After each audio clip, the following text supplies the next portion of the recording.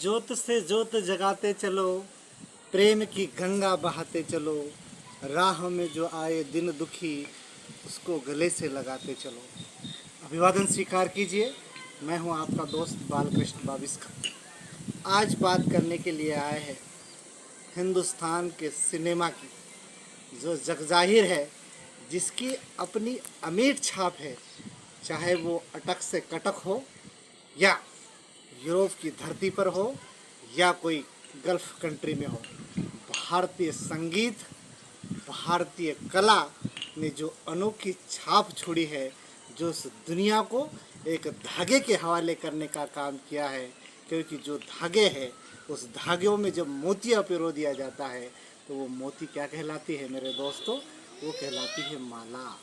और भारतीय सिनेमा ने निश्चित रूप से विश्व को एक वसुधैव कुटुंबकम की स्थापना करने का काम किया है। और भारतीय इतिहास में सिनेमा को हमेशा एक उच्च आदर्श के रूप में जाना जाता है, क्योंकि सिनेमा एक समाज का आईना होता है।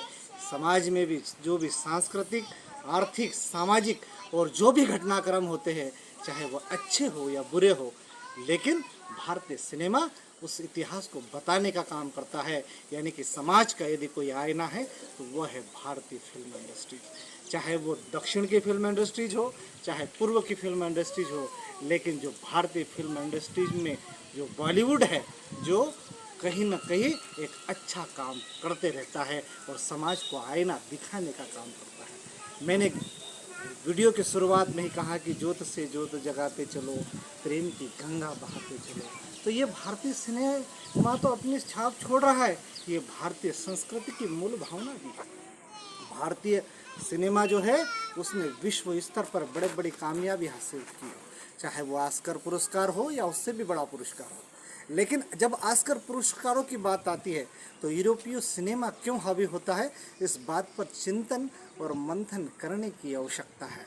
क्योंकि भारतीय फिल्मा जो सिनेमा है वो एक सकारात्मक दृष्टि से काम करता है, और जो भारत का दर्शक है वो किसी भी सिनेमा की, किसी भी फिल्म की एंडिंग जो देखता है वो सुखद देखता है। क्योंकि जो भारतीय परिवेश है वो सुखद एंडिंग की ओर जाता है, सुखद अंत की ओर जाता है।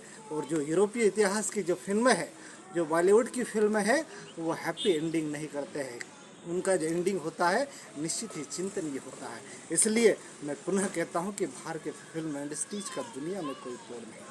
समय समय पे कहीं राष्ट्रभक्ति की फिल्म आई, समय समय पर देश के युवाओं को जागृत करने के लिए फिल्म आई, समय समय को देश को अंग्रेजों की पीढ़ियों से मुक्त करने के लिए सिनेमा आई, सल्तनत काल की फिल्म आई।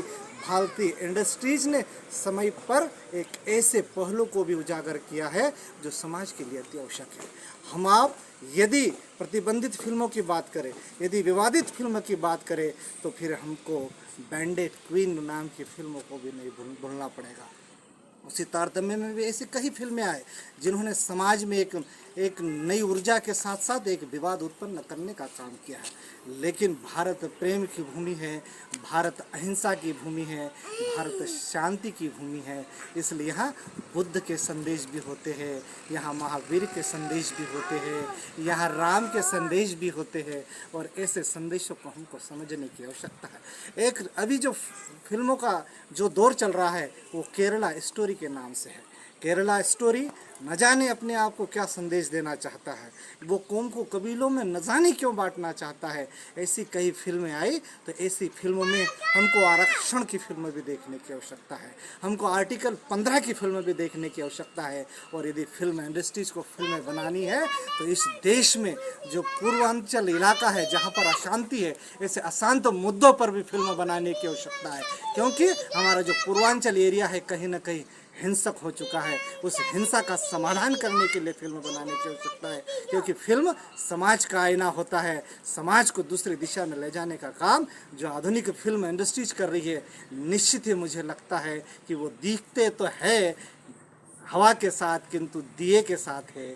इसलिए उनको हवा के साथ रहने के लिए और समाज के वास्तविक आईने को बताने का काम करना चाहिए। इसलिए ज्योत से ज्योत जगाते चलो, प्रेम की गंगा बहाते चलो। आप सभी को मेरा नमस्कार और मेरा चैनल मुख नायब को सब्सक्राइब कीजिए, बेल आइकन दबाइए और मुझे प्रतिक्रिया दीजिए। आपका दोस्त बालकृष्ण भाविस्कर पुनः अभिवादन करता है, नमस्कार करता है। जय हिंद।